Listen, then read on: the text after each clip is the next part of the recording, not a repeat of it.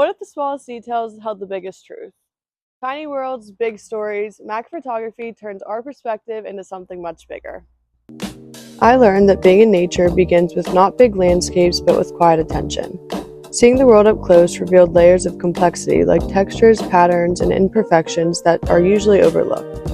The micro lens taught me to slow down, observe with purpose, and recognize that even the smallest details carry the most meaning. I was surprised by how much emotion and story could live in a single leaf, bee, or feather. Whether it was a torn edge, a vein looking like a river, or a shimmer of a bee's wing, these weren't just visual details, but they felt like a whole story was being told. I didn't expect to feel as connected to what I was photographing. The micro lens didn't adjust to magnify only objects, but it magnified my sense of wonder. This process shifted how I think about nature, photography, and myself in this class. Nature became less of a backdrop and more of a conversation partner. Photography became a form of listening, and I began to see my own perspective as something that is capable of deepening through patience, curiosity, and care.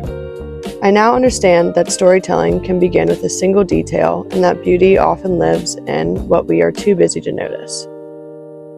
Each leaf, I noticed how the veins mirrored branches, how the edges curled like memory, and how decay could be as beautiful as bloom. The smallest tear told a story of weather, insects, and time. Photographing them, I realized the tree's complexity is written in miniature across every leaf. It's not just part of the tree, but it is the tree. Nature doesn't separate detail from the whole, but it brings them together. Photographing bees and their hives changed everything I thought I knew about motion and purpose. Through the macro lens, I saw not just insects, but shimmering colors of gold and black dusted in pollen stardust. Their movements became purposeful labor, where every wing beat contributes to something larger. It made me feel small, in a good way, humbled by the cooperation and their quiet urgency. Throughout this process, feathers surprised me most. I'd never seen how they interlock and how barbs create both softness and strength.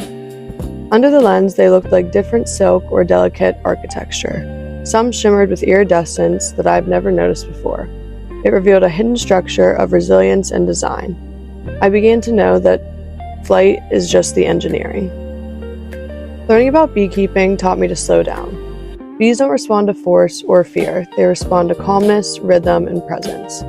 I had to observe before acting and listen before moving. I learned to read the hive's mood by sound, scent, and by the way that they were moving. It deepened my respect for natural systems and how everything is interdependent, how balance is maintained not by control but by cooperation. Beekeeping became less about managing bees and more about becoming part of their world. Overall, macrophotography reveals the extraordinary and the overlooked. What might unsettle instead fascinates, reframing them as vital to ecosystems. These details become metaphors for resilience and interconnectedness, reminding us that by looking closely at nature, we also discover new ways of seeing ourselves. This class taught me to slow down, observe more deeply, and appreciate the hidden details in both learning and in nature. It reminded me that growth not only comes from knowledge, but from patience and presence and growth to the process.